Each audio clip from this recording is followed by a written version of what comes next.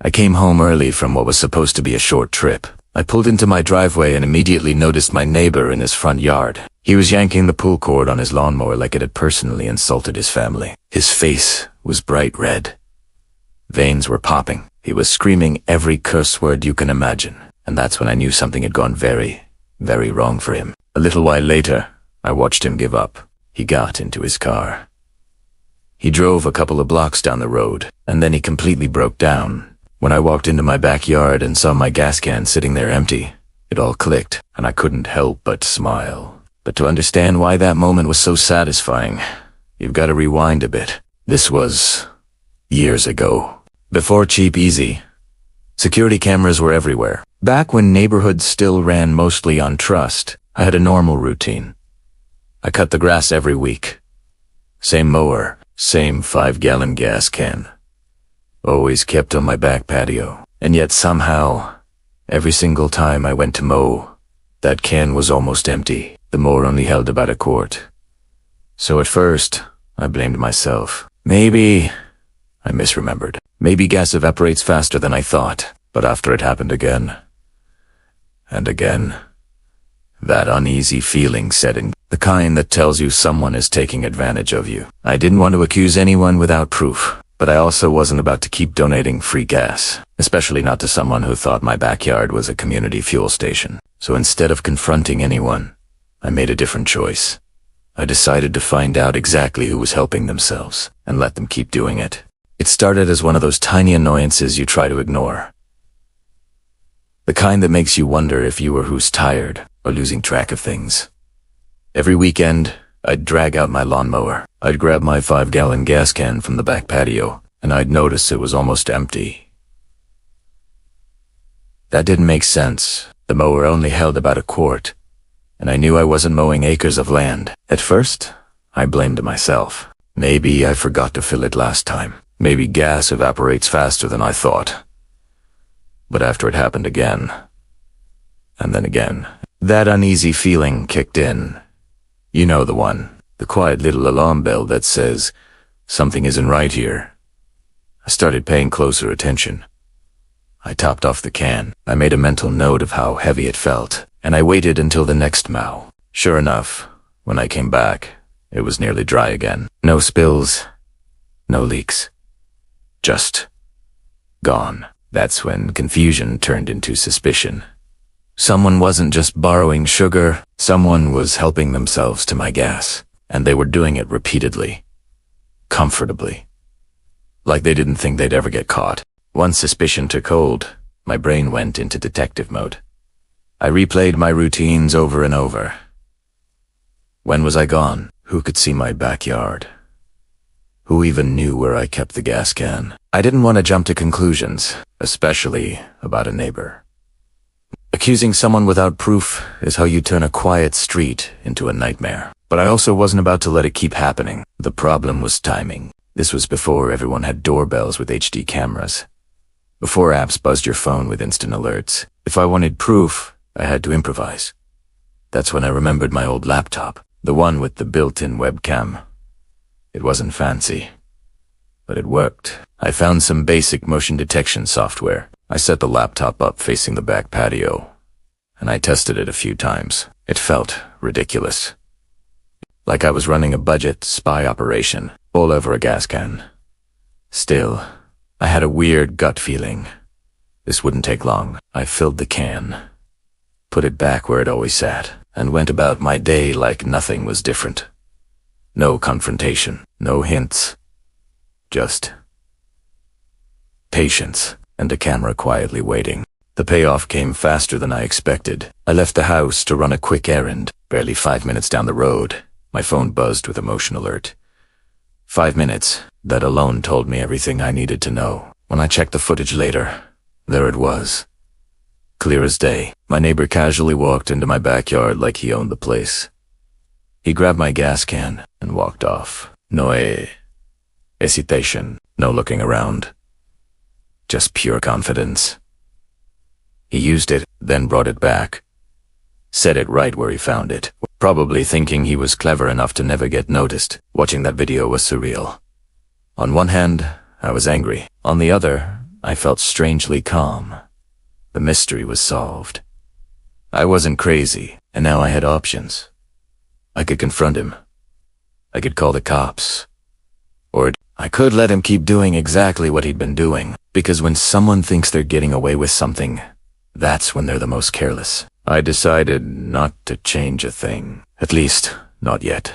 For the next few days, I acted completely normal. Same routines, same schedules, same gas can sitting out in the open like an open invitation.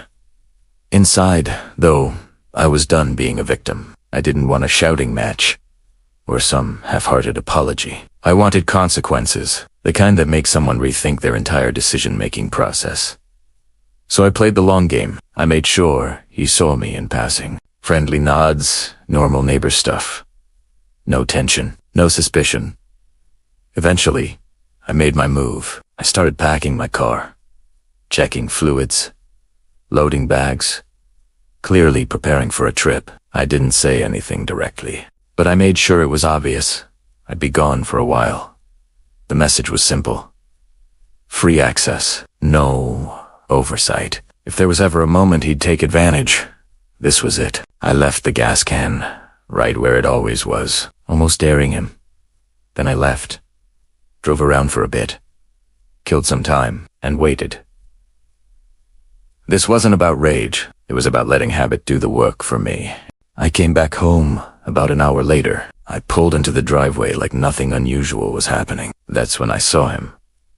My neighbor was in his front yard, bent over his lawnmower, yanking the pull cord over and over, each pull more desperate than the last. He was furious, red-faced, sweating, shouting. It was one of those moments where you don't even need sound. You already know exactly what's being said. I watched for a minute, trying not to laugh, as he practically tried to rip the thing apart. Eventually he gave up, kicked something, and stormed off. A little while later, he got into his car and drove away. I thought that was the end of it, until I saw his car stalled a couple blocks down the road. Hood up, arms flailing. Absolute meltdown. That's when I walked into my backyard and checked the gas can. Empty. Completely empty. And in that moment, everything lined up perfectly. He took the bait, just like I hoped he would. Over the next few days, the fallout became obvious. His mower stayed silent. His car was suddenly always parked. And the attitude shifted hard. No more casual confidence. No more wandering looks into my yard. He knew something had gone wrong. Even if he didn't know exactly what. And honestly, that could have been the end of the story. But the more I paid attention, the more I realized this wasn't an isolated incident. Other neighbors started mentioning odd encounters, missing things, weird behavior. That's when I learned he had outstanding warrants. Suddenly, his boldness made sense. He wasn't just careless. He thought rules didn't apply to him. So when I heard about a local sheriff's read-along program, an idea formed, an idea too poetic to ignore. I signed him up. In his name. A few days later, law enforcement showed up at his door, expecting a friendly read-along volunteer, and finding something very different instead. The arrest was quiet, but satisfying. No shouting, no drama. Just consequences finally catching up. After that, things got very calm. Very fast. No more wandering into backyards. No more missing gas.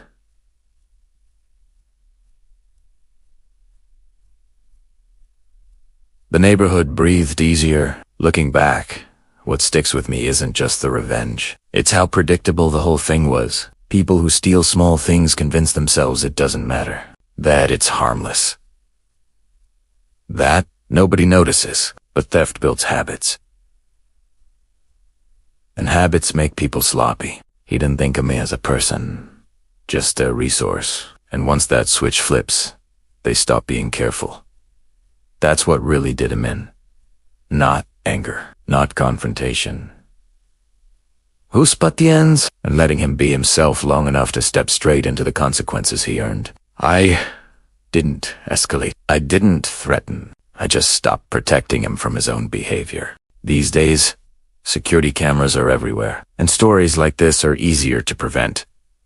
But the lesson still stands. If something feels off, it probably is. Pay attention to patterns.